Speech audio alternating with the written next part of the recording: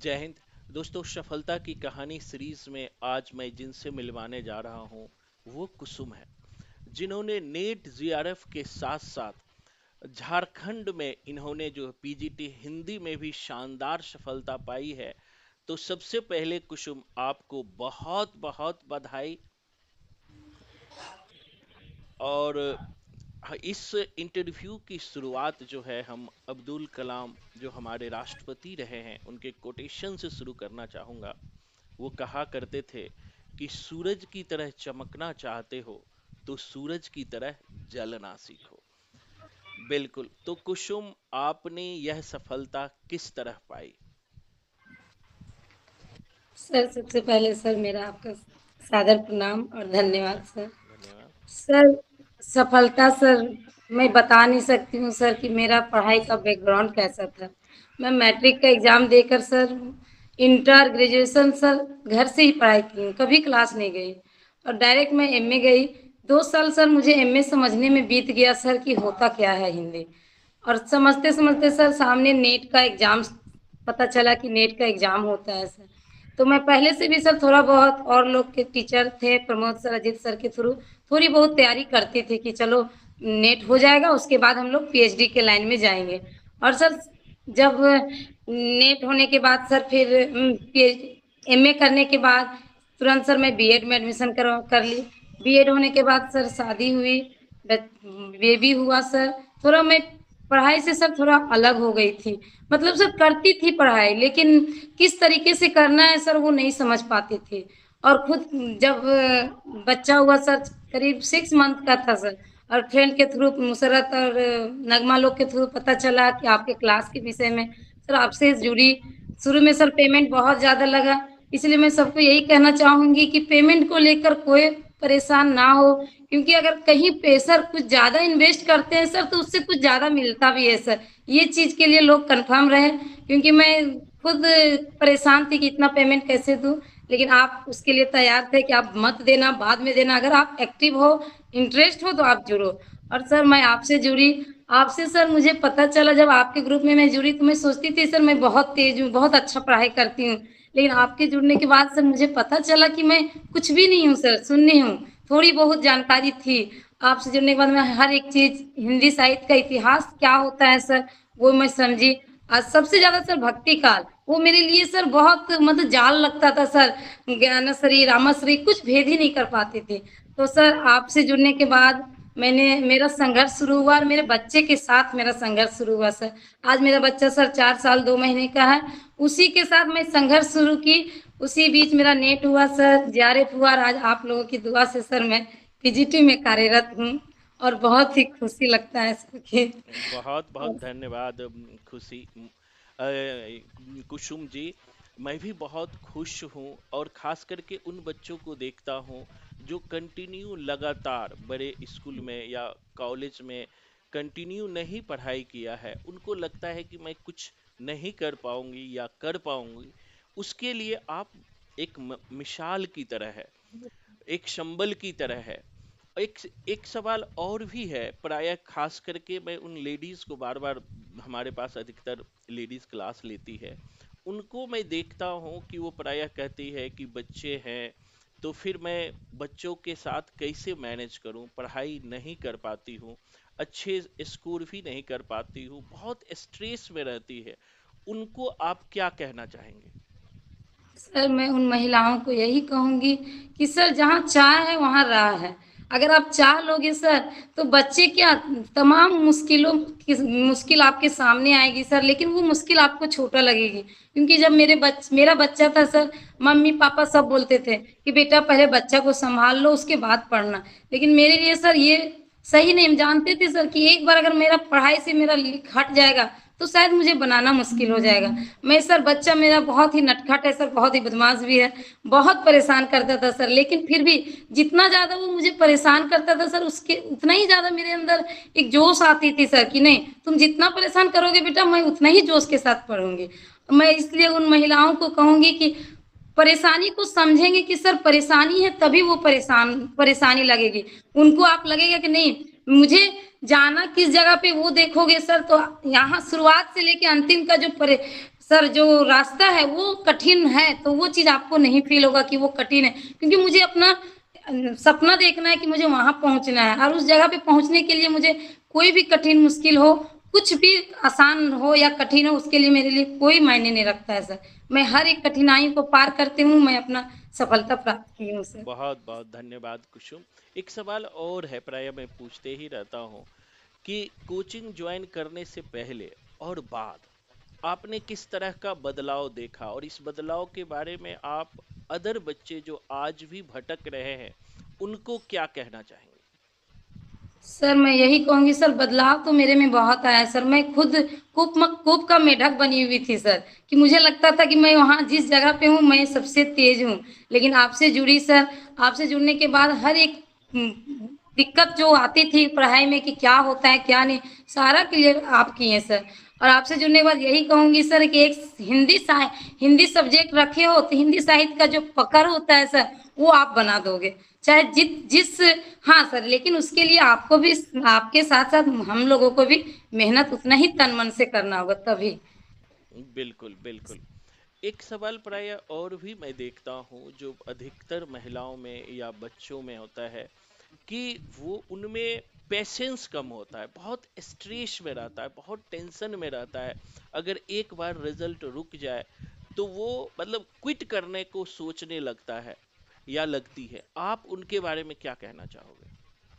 Sir मैं उन उन छात्र छात्राओं को यही कहूंगी सर कि क्विट तो सर करना ही नहीं है, क्योंकि मैं भी बहुत प्रयत्न किया। ऐसा नहीं है सर कि मेरा एक बार में ही नेट जेआरएफ हो गया।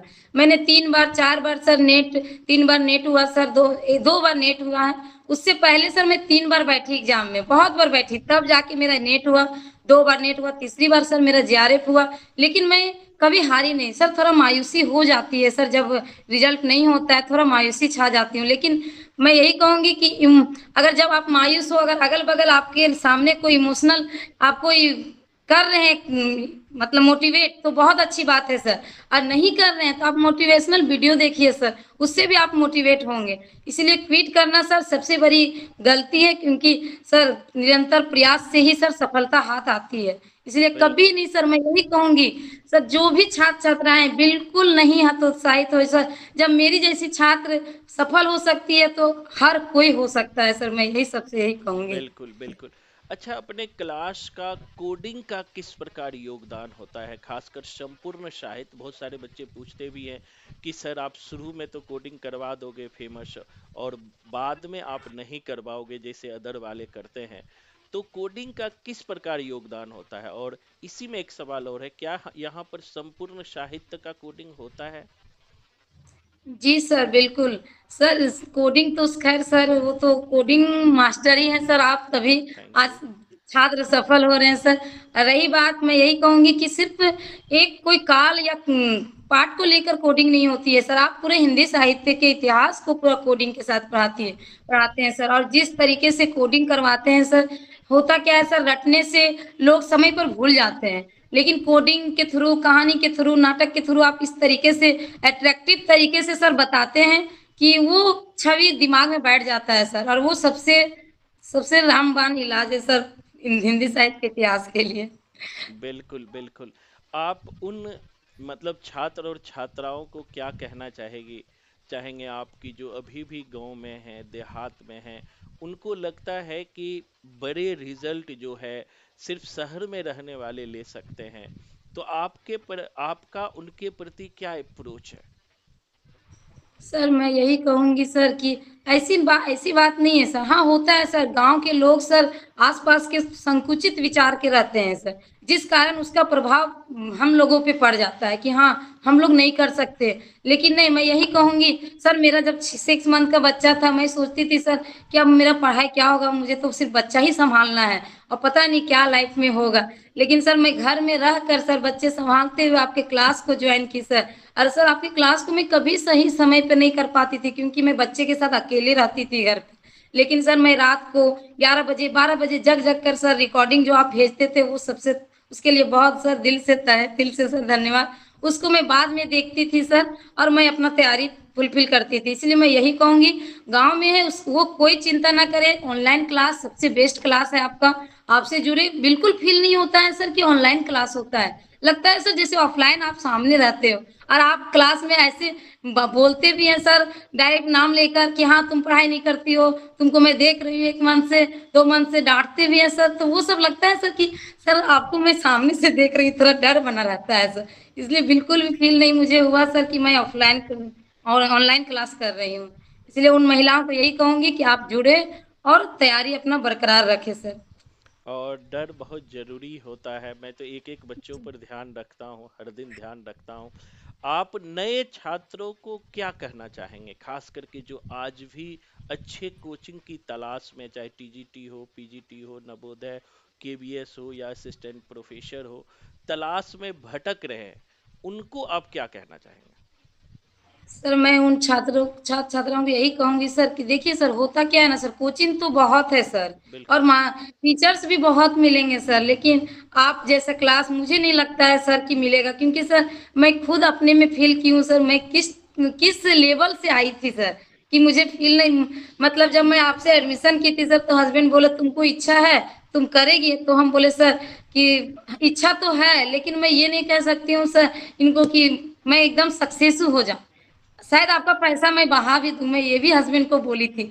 लेकिन सर जब मेरे जैसा छात्र कर सकती है सर, तो सर हर कोई कर सकता है। मैं यही कहूँगी कि कहीं भी जाके कोचिंग में पैसा व्यर्थ ना करें। हाँ, ठीक है, कोई 7,000 कोई 4,000 में भी कोचिंग करवा देता हो, बट आपके जैसा नहीं करवा सकता है सर। आप पैसे भले थोड़ा थोड़ा ज़्यादा लेते हैं सर, लेकिन उस हिसाब से आप काम भी करते हैं। इसलिए मैं यही कहूँगी कहीं और ना भटके, जितना जल्दी हो सके सर आपसे जुड़े और अपनी लाइफ को सिक्योर बनाए सर। क्योंकि धन्यवाद। आपसे मेरा सर 4 साल 5 साल से ज्यादा लगाव नहीं का रिश्ता नहीं था सर, लेकिन उस दौरान सर मैं जब नेट हुई मुझे बहुत खुशी हुआ, चलो मेरा एक पड़ाव गया, पास हुई। फिर मैं जेआरएफ हुई, उस टाइम सर खुशी का ठिकाना नहीं रहा। लेकिन सर आज मैं पीजीटी में कार्यरत सर, उसके लिए सर मतलब मेरा सपना पूरा हो गया सर कि मैं किस लिए लाइफ में बिल्कुल, आगे बढ़ी। बिल्कुल, बिल्कुल, यही होता है जीवन में लगातार काम करने का। एक अंतिम सवाल है कुसुम कि प्रायः बच्चों का फ़ोन तो आता है कि सर एक बार फीस देने के बाद क्या अगर हम दोबारा पढ़ेंगे तो फिर फीस देना पड़ेगा? तो मैं तो समझाता हूँ लेकिन आपका एक्सपीरियंस रहा है, इस पर आपकी क्या राय है? नहीं सर, बिल्कुल नहीं सर। जब मैं आपसे जुड़ी थी तो आप सीधा बोल दिए थे सर कि जब तक तुम सक्सेस नहीं होगी, तुम जब चाहो मैं बैच स्टार्ट होता रहेगा, मैं उस पे तुम्हारा नंबर ऐड करते करता जाऊंगा। उसके लिए कोई फी नहीं है सर, कोई चार्ज नहीं है कि हाँ तुमको फिर चार्ज देना होगा।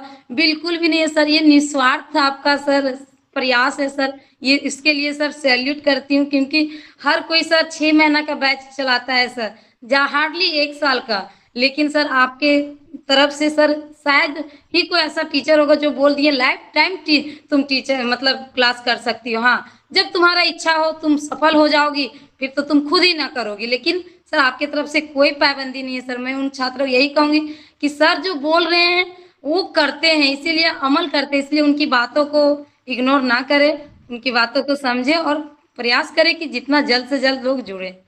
बहुत बहुत धन्यवाद कुसुम, आपने समय निकाला और मैं चाहता हूँ कि आप और भी तरक्की करें और बार बार आपका इंटरव्यू मैं लेता रहूं। हाँ धन्यवाद। सर, धन्यवाद।